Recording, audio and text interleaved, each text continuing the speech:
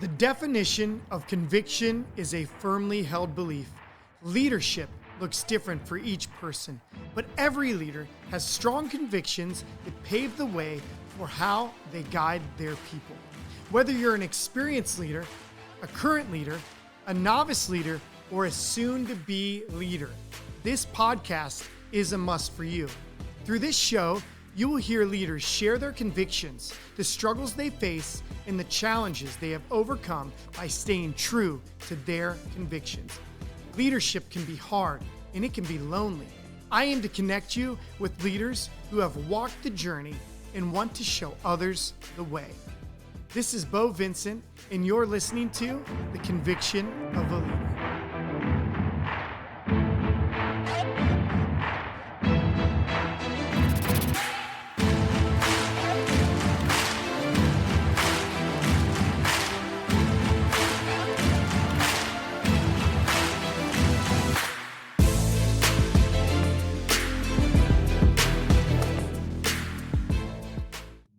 Welcome back to The Conviction of a Leader. This is Beau Vincent. I'm so excited to have a special guest today. His name is John Tunnell. John, welcome to the show.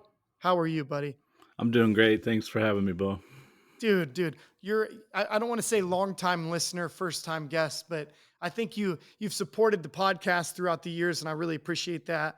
And I'm happy to have you as a guest. It's my pleasure to be here.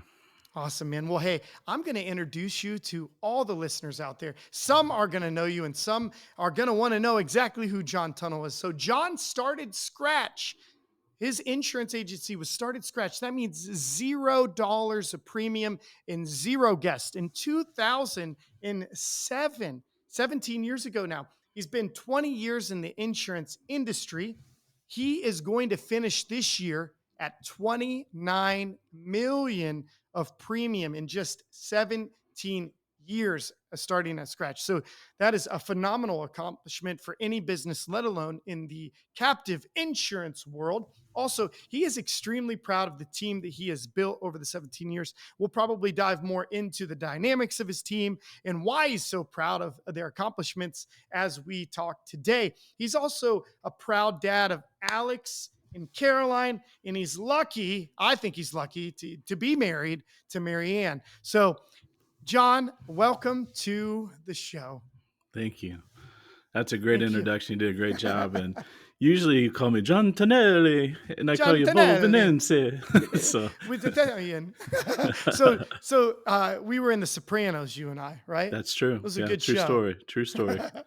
So listeners out there, John and I have a special connection, and we didn't even know until the Midwest Forum, and it was 2 years ago at the Midwest Forum. And you came up to me and we started to talk, and we realized that we both started our careers at no other than The finish the line. finish line. Yeah. So finish line. John was a store manager in the Chicagoland area, as I was a store manager in the Cleveland, Ohio area. So what a awesome opportunity it is to talk to somebody who had a similar path as I did. So John, what do you think about that? I think it was a great foundation for me. I know that a mutual friend of ours, Larry Gibson, started in the MIT program back right out of college and just was trying to figure out, like, what do I want to do with my life? And I thought at that time, I thought it was incredible that the people that worked in that, it made it really feel like a small business with Yeah.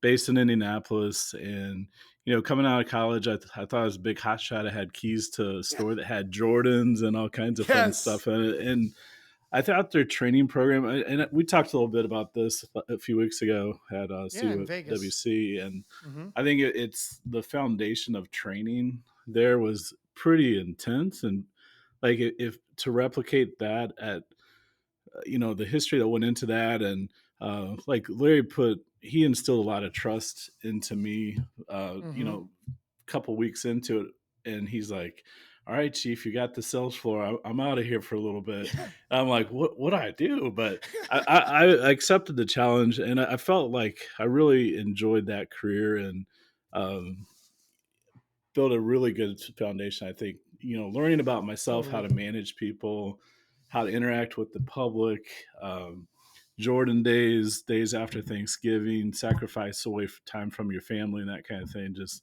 it Yeah. all was. It was a pretty incredible place, I think, to learn and I come up through the ranks. couldn't agree more. So, just for the listeners out there, MIT is store manager and training program that he was referring to in the beginning. And when he talks about, you know, getting the keys or getting in charge of the sales floor, like that was a big deal back in the day where you have the sales floor, you are the manager on duty, and every other manager, if they're there, they work and report to you, and you make the game plan, you direct the calls, and the store manager would sometimes disappear and let you run the sales floor to see how it does. It was typically what? It'd be like, hey, you got this, chief. It's a Friday night, back to school. Let's see what you can do. I'll see you tomorrow morning. So I love like hearing those having these conversations, because I'll be honest with you, I didn't realize it at the time, but it was one of the best times of my life running these stores and getting the ownership. And John, I've really tried to take and replicate some of the great things Finish Line did and taught us. And one of them was, I don't have my keys on me, but I love like the thought process I was telling you in Vegas, where they would hold the keys out and they'd be like, okay, John, okay, Beau, you are in charge of a multi-million-dollar business.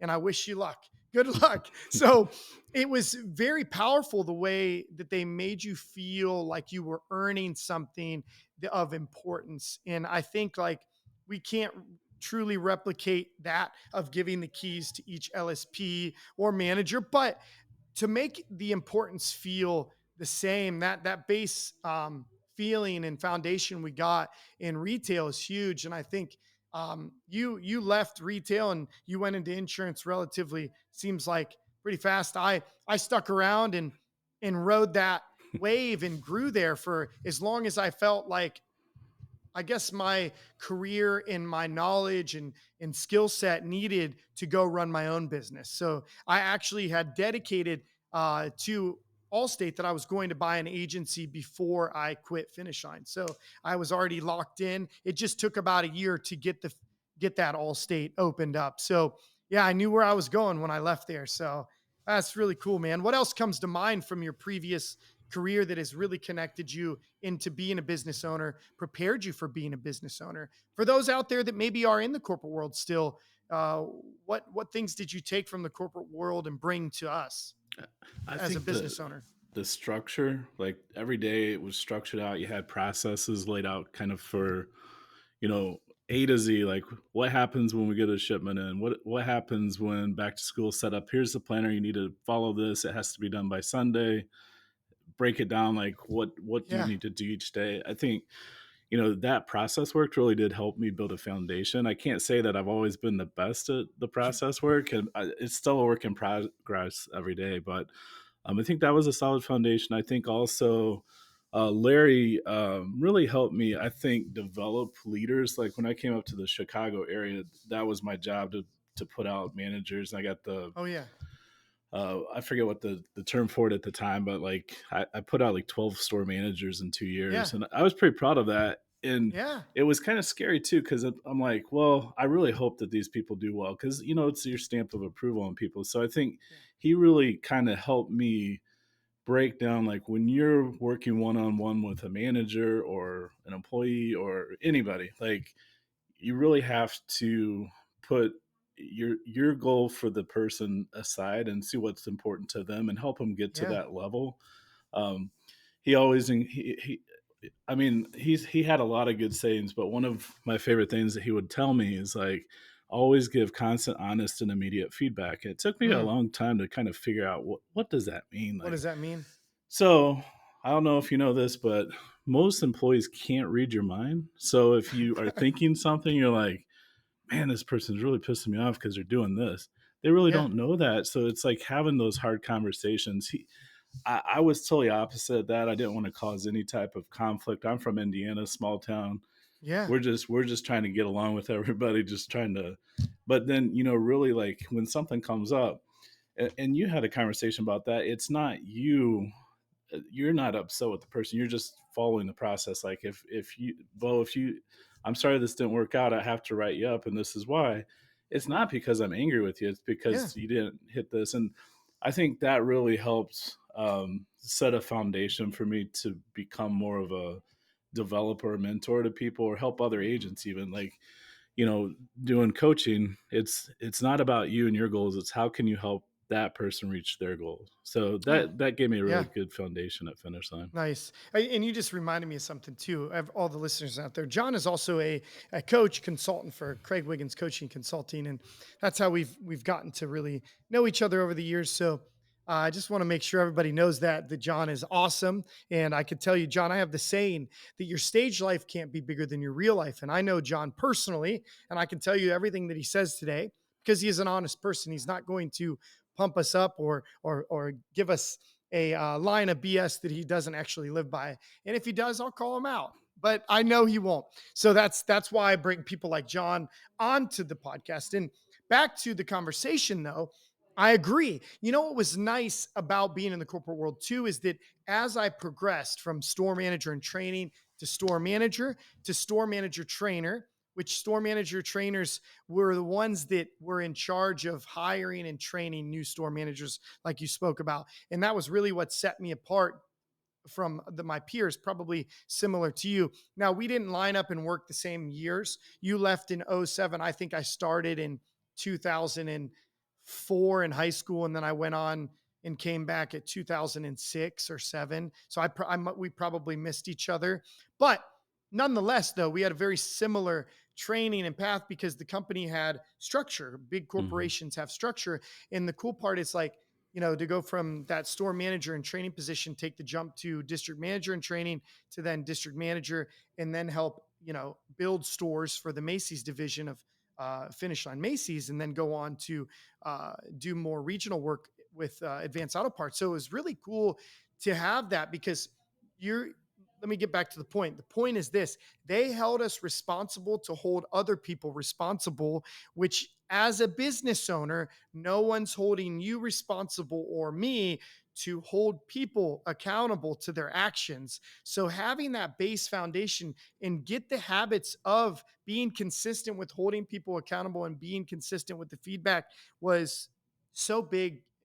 uh, it's just, I love to look back and I think about it so fondly. People I've got to work with. You said something too. Let's talk a little bit more about this. Did you ever feel like when you hire somebody, it's a really big deal because you were asking them to leave their career or trust you to start their career with you? Was that a big deal to you? Is it still a big deal to you today? It still is. I mean, I don't directly hire as much as I did in the past, but like the leadership Right. team, obviously, with that. But yeah, I mean, it is a big deal because you have to have people buy into a vision that sometimes you have not done a very good job as a person explaining what is the vision, what do you have. I mean, I can tell you what yours is because I hear it all the time, you know. But it's like Yeah. bringing people in and take a risk on me, and especially like in '07 when I was scratch, holy cow, like I had to talk to these four people, and the validation period back when I started, it was like $50,000 in premium over 5 months. A $10,000 in premium was a big month back in those days. Whew, By the has luck changed. of Yeah. something, like heaven was looking out for me, I guess. They weren't ready for me yet to fail, but I made it, and barely. And then I remember, the four people I had, I was a terrible person to work for at that point. Like it was all about like we got to hit this number, we got to hit this number, we got to hit this number, and like that stress. And you know, I mean, I came in probably not with the capital that they want. I mean, I didn't make $1 billion at the finish line. we, we were making a little bit of money, but enough Yeah. to get by. But Yeah.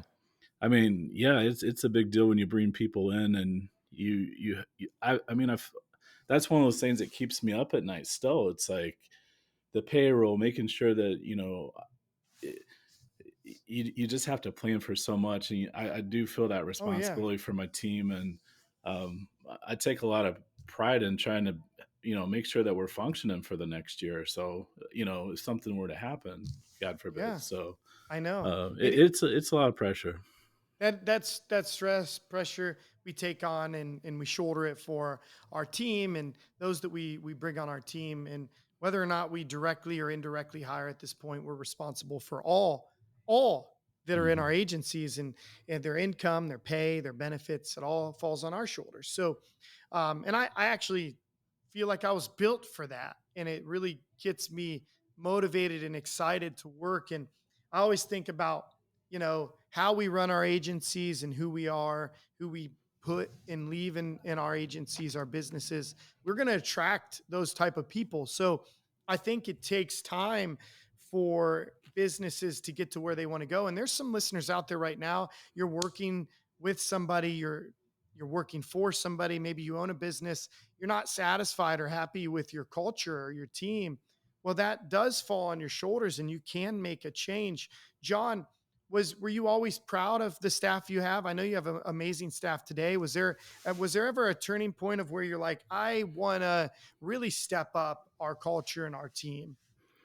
Yeah, I think, I had to make a decision. I'm a I probably a bit I have a big heart, I'll just say that. Like, Yeah, I I don't know wanna that. see people fail.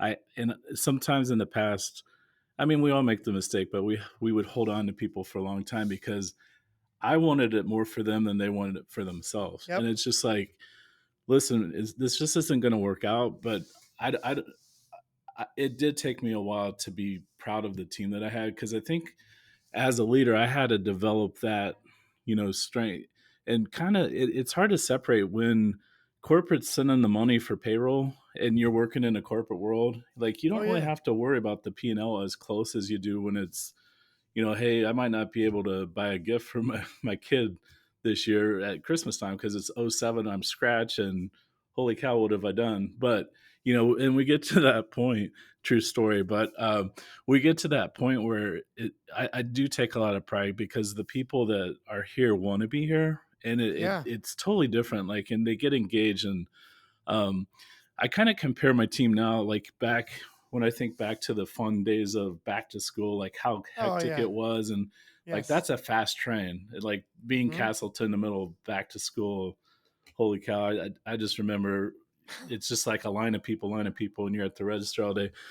Um, I love when I see items hit the board. We use performology just so everybody can kind of see it come in, but it gives me like that same adrenaline rush that it did when we'd have a record breaking day at back to school sales and like, yeah, way Yeah. to go. And that seeing that, like it reminds me of that. But I love seeing people hit success and seeing a producer might be struggling at first that all of a sudden just out of the blue they have a 10 item day or 15 item day. It's just like, to me, I take a lot of pride in that because I know that it's not an easy job anywhere in sales. You hear no, you get discouraged. Oh yeah. But I find a lot of pride. I probably could do a better job as a person. I'm not that person that always is like, "Hey, Bo, great job," But I have to remind myself I have to get better at that because I want to win, and I have that in my mindset. It's like I really, like Kobe talked about a lot. He didn't understand when people didn't want to win, right? So to Right. me, it's like if you're in Right. sales, do I have to clap my hands every time because you did a sell? And that's what we're paid to close business.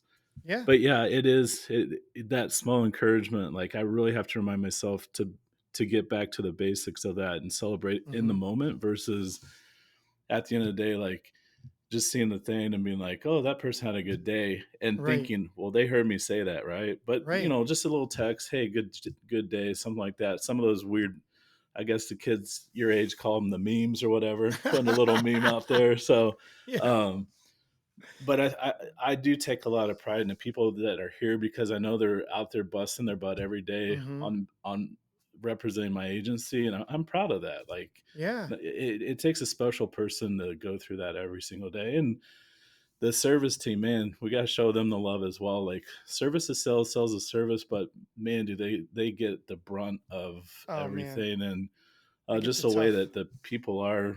Uh, they're pretty vocal nowadays. I don't know if you're familiar with that, but it's like they'll tell you stuff, and then surprisingly, like if I hear about it and like person wants to talk to me and I get the call, they're really nice to me usually. So it's just like I really do appreciate what they go through every Yeah. day, and that Yes. that kind of thing. They work super hard, and you know, you reminded me of a couple things. One, while you were talking, I remember this. You were the only one to make it from 2007 agency class, the month that you started, and that's a big deal because a lot of people fail in business. You know, not everybody makes it, and you've made it 17 years, and that's a huge accomplishment. The fact that you're still around from your like graduating class of all state agency owners is huge, man. And I'm proud of you. I'm excited for you. I'm happy to see that you've really developed a business and a life for yourself. I'm sure that sometimes it's hard to do, especially because the personality that you have, and we just talked about it, is it may be hard for you to give other people love and appreciation sometimes because you expect it from them. Hmm. But who probably gets the brunt of it is you. You probably don't stop to say, I'm pretty proud of myself for what I've accomplished. And I think it's important sometimes to stop and look at yourself in the mirror and say, I'm proud of you, proud of myself. Like Right. some days I can't believe I made the switch over from a retailer to insurance agency owner. And now look at me 17 years later, I'm 29 million a premium. Never really thought that was possible, or I had really big dreams, didn't know I would actually accomplish them. So you should be proud of yourself. You've done a good job. Yeah, I think that's a valid point. I think a lot of people naturally don't know how to like clap for themselves a lot of times. Mhm. Like, and you do have to slow down and just appreciate what you have because you worked really hard for it. But it Right. seems like the train just keeps going, and the numbers keep getting higher, and the goals go. But you really do like we're only as good as the weakest person on our team. So And it's agree. the same Yeah. in sports, same here. It's just like I mean, right now, like I do, I'll just say here, I'm proud of where I am now. Good. Back in when I got into it, I remember $4 or $5 million was like that's where they Massive. wanted you to get. Like, and I remember, Mhm. man, these agencies are doing like 75 items in a whole month. Like, I want to get to that level, and what a difference. I compare it Five to like years. Yeah. a goldfish in a little bowl. Like once Yeah. I started to travel and get to know other agents out there, it's like it opens your mind. It's like, well, why can't an agency here write that many items? And it's like, well, how are you doing this? And we share ideas and that kind of stuff. Next thing you know, now we're writing stuff and like, oh, we're going to be on a compliance list because we must be doing something We're wrong. But doing too much. it's like, oh, we can't write this much. But it's all comes down to like we try to do our best every day to grow. And I mean, whether it's the service team, sales team, or EFS, we're all kind of on the same path together. So I do feel proud that we're to that point in my career. Good, good. I want to talk about Kobe Bryant for a minute. So I had this thought, and I've thought about it before, but Kobe is how many people are like Kobe in the NBA? How many people were like Kobe? Not very many. Jordan? I Yeah, mean, like the mentality that he had. So having that kind of mentality makes you like separates you from people, but it also makes you different from people. So I don't think a team of Kobe's would have worked or a team of Jordans, but I think it's important to have somebody with that mentality. But sometimes people with that mentality tend to forget that I'm one in a million. Not a lot of people are like me. And that's that killer instinct. But Kobe would have admitted, so would Jordan, they wouldn't have won without their team. hmm, So they needed their team. So I think it's important to take the personalities and the different positions and knowing your lane. Are you Robert Ory that comes off the bench? Are you Tony Kukoc that came off the bench for Jordan? Are you Scottie Pippen? Are you Michael Jordan? Are you Kobe Bryant? So understanding your personality, your calling, and what lane you're supposed to be in. And everybody has a piece to the puzzle. And when it comes together, beautiful pictures happen, beautiful careers and businesses come together. And I think that's what I've seen as of late is that last 2 years more than ever, like our team is doubled in size, doubled in production, and doubled premium of our agency. So, we just crossed 10 million already. And it's like congrats, we just brother. That's started and awesome. it's a huge thing. Like, from we didn't start scratch, but we were about 600K in 20 October 2019. So we'll be That's pretty 5. much scratch, brother. Yeah, I know, right? Nowadays, that is absolutely nothing. And like you said, like things have fast forwarded. So, like technology, economy, everything has changed in 5 years dramatically. And I know everybody gets sick of hearing this, but since COVID, everything is dramatically changed. And, you know, back when I opened in Ohio, I think 2.5, 3 million was a really good size, healthy book of business and premium. And like you said, now, like I think it's probably was more than double that, triple that now is what people are thinking I would like to get to. So with you being at 29 million, I know the sky's the limit for you. And I know you're not done growing. I know you want to get to 50 million over the next couple of years. And I think so talk about this. I think it's an interesting topic. So once you start to grow, it was hard to get to 10 million, but I actually think I'll get to 20 million in a year or two. I do. I think I'm going to be able to double much faster. So the momentum and the snowballing of a great team and great processes, how does that help snowball and move your agency almost light speed when you start hitting your stride? Well, I mean, for me at least, I know that with the cash flow that comes with an acquisition, I mean, I'm not that guy that's buying a boat or motorcycle. I'm pretty simple when it comes to that. Like, Ferrari? I'm just yeah, kidding. maybe one day, but I don't even think I'd fit in the car, so that's probably not on the agenda. But as far as like what I'm looking at is like how many more people can we bring in? How, like where can we go that we're not in? Like what type of market can we expand into? So Yeah, um, and I agree with you 100% because, like, from 2007 to like probably about 2018 or so, it was pretty slow growth. And then all of a sudden, when things started to change and new products came out and the rating, like we don't want to sell on price or we're doomed, right? You sell by price, die by price. But yeah, when it for me at least, like we've always tried to lead with liability and try to do the right thing to put the same. customer in a Yeah, better position than they are. Is it always I does that always happen? No, but we try to. But I think as you build a bigger team and you have more activity, obviously you can scale a lot faster. And I mean, I never thought, it when I started scratch, it probably took me 5 or 6 years to even get to a couple $1 million. And we're on pace to close to 4 million this year in new business. So huge.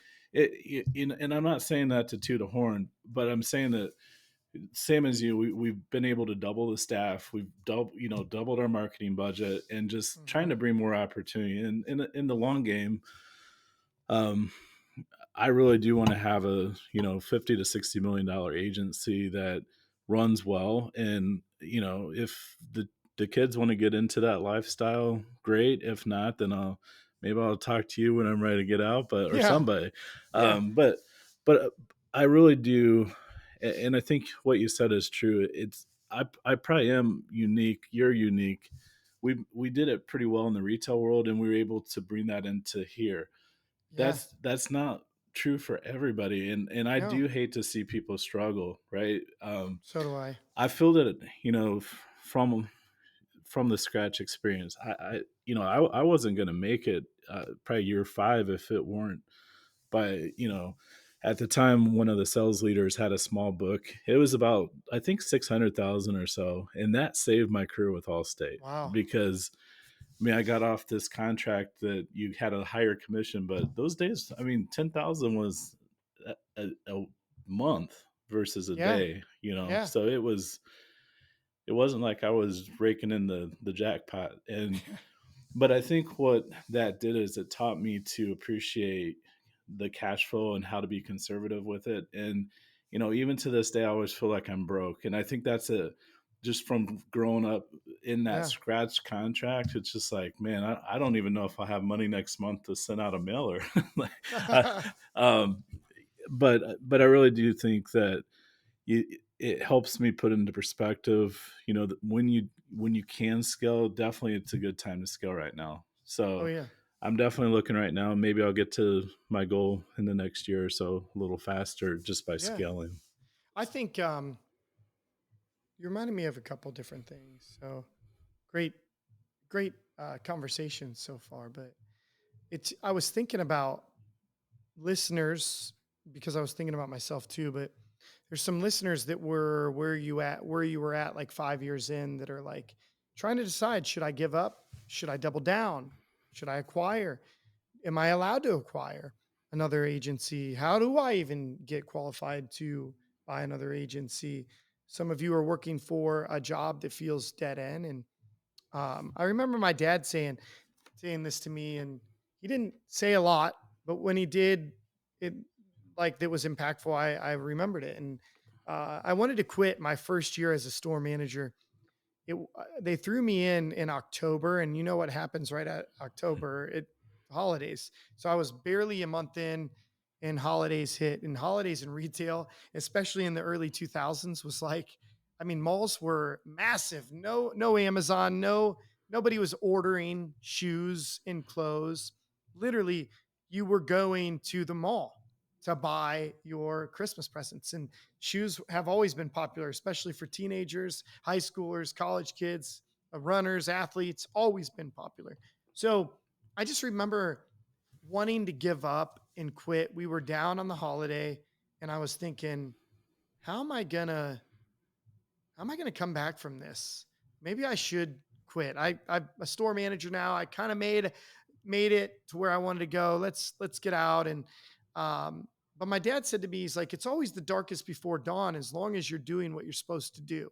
So it's a process thing. So do you know the process you're supposed to do? One. And if you do, are you doing that process? Are you selling, leading with liability in your industry? Are you leading with not the sale or not the price? Are you selling? I have this saying: selling is not about convincing, it's about educating. When you understand people's wants and needs, you can fulfill them. So are you doing that in your industry? And if you are, if it feels dark right now, when it turns to dawn and times are easier, if you're doing what's right today, it'll go much smoother when times are easier. So are you in a state or area that's not doing well? Stick to what you know is right, do the right thing, and eventually it will turn. And when it turns, you'll be at the front of the pack versus at the back. So, and he said to me, he said, you're either all in or all out. I remember that. Drink the Kool-Aid or don't. Hmm. Either all in or all out. You can't be divided. A divided man or woman is dangerous. Somebody that has 1 foot in your agency and 1 foot out the door, 1 foot in your business, 1 foot out the door is a dangerous person. Somebody who is on the fence consistently is dangerous to your culture, to your business, because they are being pulled in two directions. And you can't serve two masters. So can't serve two kings, can't serve this and can't serve that. So you got to be all in, or you most likely are all out. So you could be dangerous. So if you're somebody who's on the fence right now, I would tell you, by listening, just take the time throughout the rest of this podcast to decide, are you all in or are you all out? If you're an owner of a business, sell your business. If you're all in, find somebody like John or I to help you. If you need somebody, find a mentor, find a friend, find somebody who's done it before you. Seek out help. You don't have to give up, especially if your dreams were not to give up. John, I wanted to be a business owner since I can remember, and working at Finish Line and growing from a couple employees to 600, way different. So, but it prepared me for when I bought my first agency to have 4 employees. That's it, that literally reported to me. And when COVID hit, we went remote. And as a district manager, I was remote for 7 years. So way before remote was a thing, I didn't work in people's stores. I worked from home, traveled. So, things happen for a reason. And you're in a position today for a reason. So don't give up, right, John? Like, what kind of advice do you have for people that are, have went through those things that you've been through? I mean, we all struggle, right? Yeah, I mean, but I think what's the difference is I know I don't have a choice. My family's depending on me every day when I'm here, yeah, and Craig Wiggins always will make this comment. He said it a long time ago to me in one of our coaching sessions, because he's definitely one of my mentors, and I still use him for coaching. But I remember he said, "Would your kids be proud of you if they spent the whole day at work with you, watching you throughout the day?" And it's like, yeah, I don't have a choice to fail. And I don't want it to come across as like insincere, but really it's like if you own the business, you're in charge of that business. And like you said, like if you're not totally committed to it, it might be time to take, a different direction. That's okay. Like it's okay to start something and fail at it. Failure, if I didn't fail a few times before I got here, I don't think I would have had the success that I have, because you start to figure it out, and relationships fail and friendships and all kinds of stuff. But it's like, you just have to have the hope. Like we all need hope. Like success is not success can be a lonely journey. Oh Uh, man. and Yes. but there are people out there like reach out to Bo, reach out to me, reach out to agents that have had success. And the common theme, and I think if I look back to when I started, the thing that every time that I felt like, oh man, like this is getting tough, somehow it always worked out. Or, well, I need to hire this person, but I don't know if the cash flow is going to happen. It always kind of worked itself out. So it's Yeah. like, sometimes you do have to gamble, take a chance that it's going to turn out all right. And, the friendships that I've developed throughout the channel of agents out there, like you can pretty much reach out to anybody and just say, hey man, I'm trying to work on this, and people will stop what they're doing, they'll give you advice. And it's amazing when you act the difference is, like a person like me or you, when someone tells you something, Bo, I know that you implement it. When Yeah. I tell something to someone, I don't always know that they're implementing it, because they're like, well, I haven't got to it yet, I haven't had time. Well, you're in charge of the business. It is your job Right. to make the phones ring or have your people successful. So it's like failure is not really an option for me. So that's kind of helped, push me through the Yeah. years. And just, like if, we'll say, the dumb thing like, how's your day going? It's fine. I'm not going to complain. Nobody will listen to me anyways. And it's true. It's like, you know what? You're here. Let's make Yeah. the best that we can out of it. Have I been to the point where I thought I was going to lose my agency because I didn't know what I was doing? Absolutely. But I got through it. I'm here now. And I would just say anybody that's struggling, really reach out to someone and try to get help before you just give up, because it's a great opportunity if you can understand and make it work. And I know that there's sometimes we have things without it, that aren't within our direct control, such as pricing, that kind of thing. So Oh maybe yeah. you got to figure out what you're competitive in. Maybe you got to figure out a different approach. Like, hey, listen to your team. Like, how are they selling? Are they just selling on price? And you're the highest price in that state, probably not going to win too many deals, but you can work with your team to get to that, next level. And, a couple sales a week can make a huge difference in your success or failure throughout the True. course of a And year. that's all industries, right? All Hmm. industries. Couple sales extra a week, a day can change your year. You know, have you ever heard that saying, tough times create strong men create easy times create weak men, and weak men create tough times? It's like a cycle. Hmm. So we've been through some tough times in our career and in our life. And I've had some personal, struggles in my life, family and some business struggles. And uh, I have story after story about where I was so close to getting something and it was like taken or moved. The goalpost was moved back farther. I can remember when I was a store manager, I was about to get promoted to district manager in training in Toledo. And believe it or not, the same week was my last week. The alarm was ringing at my store. I got a phone call. I was working out at the gym because, like you, I wake up early. I was working out at the gym on the treadmill. I'm not exaggerating. On the treadmill walking. My phone rang. It's like 6:30. Alarm's going off at the store. I'm like, oh, no big deal. It had to have been, some you used to get calls. They were tripped by accident. A shoe fell off one of the walls and Hmm. it tripped the alarm. So I thought, not a big deal. I'll be in 2 hours anyway. So told them, oh, check it. And then they called back again. I said, well, I'll have security guards check or something. Never did. I came into the store. The gate was about 3 feet off the ground and it looked bent. And this was in Chapel Hill, Akron, Ohio. And it was not the best area. And what had happened was a previous manager had came back and broke into the store. He deadlifted the gate and broke it and went into the store. And I had not changed the code to the safe, but I had removed Mm. him from the code of the store and he didn't have a key, but he still broke into the store and he must have sprinted back, got into the office, knew the code. Well, when I got to the store that morning, my two managers were there right around the same time as me. We walked in together. We called security. They came down. We checked the store. We're like, oh, everything looks good. And then I'm like, I had this like really bad feeling because it was Monday morning, by the way. And you know what Oh, Jordan no. weekends are like, Yeah, right? lots So of I checked the cash. safe Friday, Saturday, Sunday, and I was my stomach just dropped, and I was like, oh no, because we had armored pickup, but it wasn't on the weekend, and Ugh.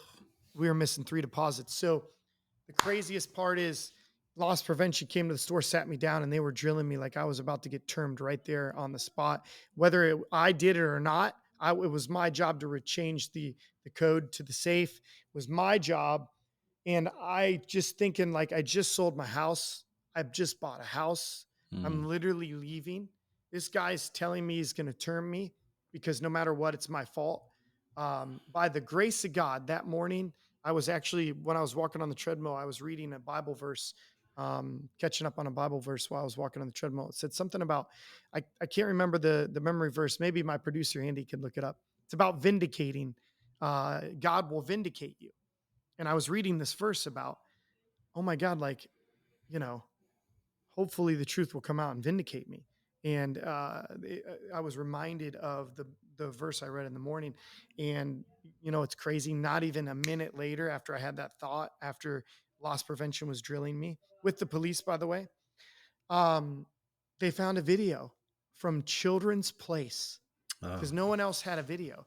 They watched my old MIT walk by and then run by 5 minutes later. So if it wow. wasn't for that camera, I don't know how long they would have drilled me if they would have sent me home and said you're suspended till further notice. But it took them and put him on a different track, and they went and found him right away. They actually did find him. So crazy, but I think I tell that story because every time I've been close to something great happen, almost every time, some opposition or something's happened in my life. Sometimes it's up here, John, and we do it to ourselves. We say, "Oh, something bad would happen to me." We bring it on ourselves because I believe that your thoughts become your words become your actions become your habits, and your habits become your destiny or your character, and your character becomes your destiny. It's also biblical too, is like your tongue is the sharpest, sword. It could be the sharpest sword. It could speak truth, it could speak death. So I think if you're listening and you heard that story, like the truth is like there's other stories like that have happened right before major promotions and things. And I just have to remind myself that, hey, as long as I do what's right and I'm ethical, I don't have anything to worry about. I want to go home at night, John. I want to hang my hat on the hard day's work. I want to relax and know that whether we failed or won that day, that I did it right. That no one is going to uncover something wrong that I did and I won't be able to sleep that night, or that I'm on edge thinking, oh my God, are they going to find out I cheated? Are they going to find out that I did something wrong? Are they going to find out I cheated my system, that I put in a discount that I shouldn't have? Are they going to find out all these little things that we didn't do what's right? So the truth, John, we've seen in our industry, they've let go of some big agents, Mhm. real big. They don't care if you write one item or 7,000 items. They don't care. If you are unethical, it always catches up. So, get right, people. Get right with yourself, get right with God, get right with just doing what's right, because I believe that what goes around comes around. You reap what you sow. And yeah, that story just reminded me of like, man, I was so close and I felt like it was going to be taken away. And literally they were blaming me and wondering if like, was he, how the typical police or loss prevention is, was it your friend? Was it a family member? Did you leave the safe open? Did you lock the safe? Who would have the safe combo? That seems weird that somebody would have. When's the last time you changed it? I was like, oh, it's probably been a year since I changed it. So that was a process that I skipped. There was a process there to save us.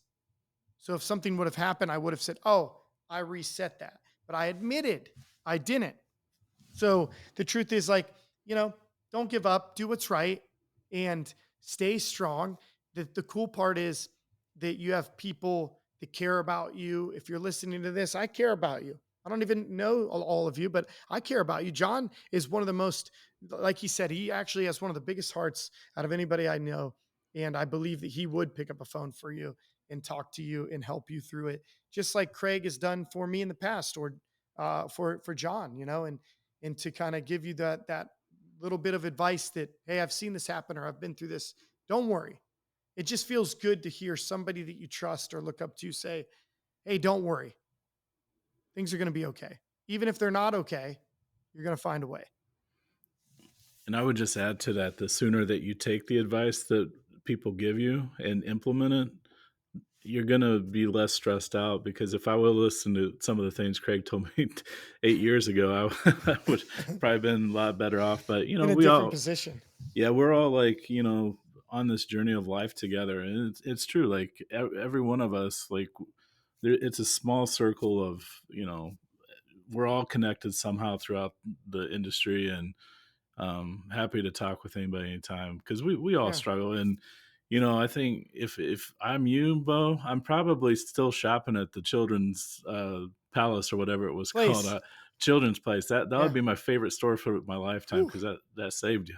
I literally, you want to hear the weirdest thing is the store manager was an MIT's wife, which is Oh, even wow. weirder. So what a connection, because I do think if it wasn't for him working there, his wife working there, we might not have had all these things connect. Like, so things happen for a reason. Like, what if he never even worked for me? What if I didn't hire him? And I didn't know, we didn't think about asking his wife to check the cameras because we wouldn't have known she had cameras in the store. He knew. Hmm. So what a It's blessing. amazing. And I want to go back to something else too. I had somebody tell me a while ago, if you want to get bigger, you got to get better. So as you have grown, John, have you focused like internally on getting better at your processes and your people, and elevating the talent? And has it turned into you getting bigger because of that? Yeah, I think, but the biggest obstacle, I think you said earlier, is ourselves and our minds Oh yeah. sometimes, because it's like, Yeah. and you said it earlier about staying in your lane. I think that was the biggest struggle as we got bigger. It's like, well, wait, I like to do that, but wait, I like to do that, and then all of a sudden I'm sales prevention. Like, I'm causing things to slow Yeah. down because I'm trying to keep my hand in every cookie. Like, oh, I got to do this and this, and so I think as we scale, um, I think you have to be, more disciplined to be mindful of your time and your talents, and hire to your Yeah. weaknesses. So, if you're not great at like sales, then hire a great salesperson, like a So sales true. trainer to help develop your Hmm. team.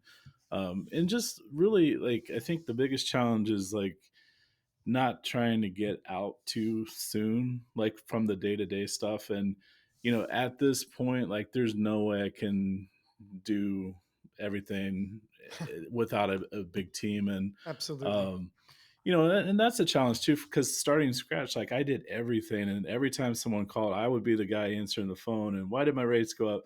I have no idea, versus like being able to explain it. So, I would just say that with as we work on ourselves and as we grow, good things happen. So, be disciplined.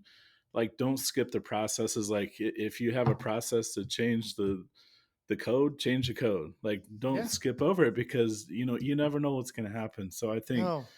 and challenge yourself to continue to be open-minded and learn. Like, I try to learn something every single day, and I'm not there yet. Like, I don't have it all figured out, but I could dabbled enough in this for a long time that I can help with a lot of situations. I might not know the answer to everything, but I can get a good feel where to go if something happens. But Right. yeah, I would agree. You do need, um, you can scale with better people if you're willing to invest in them. Like, you can't expect for Yeah. people to come join your team if you're not willing to invest full money. And that's a conversation I have with people every day. It's like, you have to make investments in people, and not look at it as a cost center. That's your biggest asset, is the people on your team. So, like, support it, support commissions, that kind of thing. Hmm. Like you got to challenge yourself to being in your own lane and not get in the way. That's the Yeah. challenge I have now. So true.